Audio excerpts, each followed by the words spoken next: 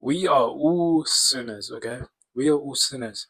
There should be no, you know, superiority complex or anything like that just because we're believers or just because you see a Christian preaching or something like that. No, we're all sinners. So we all fall short of the glory of God.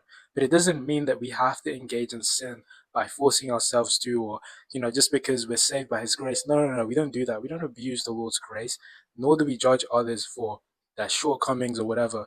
We just have to lift people up. We have to encourage them to live better. And we also have to encourage ourselves. We have to first take the speck out of our eye before we take it out of our brother's eye.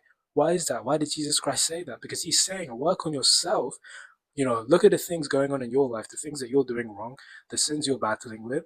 Pray to the Lord about it, get deliverance, go through it, walk the walk, and then encourage somebody else who's going through something similar or somebody that's struggling with the journey. And when you do that, they are going to be so much more encouraged and empowered, not only because you've gone through it, but because you have the empathy, you have the understanding, you have the compassion. Okay, but if we just immediately judge other people, if we just immediately say, oh, what you're doing is wrong, what are we doing? We're harming ourselves, okay? Because we're not convicting ourselves, we're just convicting others. But we first have to convict ourselves and understand that we ourselves are not perfect, so of course nobody else is going to be perfect. But what they can have is guidance, what they can have is your love. So I never ever want you listening to this video to feel discouraged.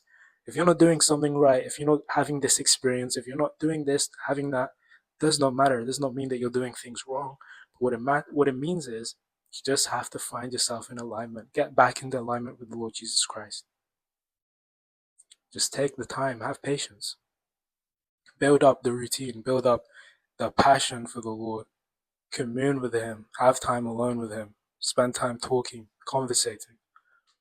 You're going to see things change sooner or later. But we all fall short of the glory of God. All right? May the Lord bless you.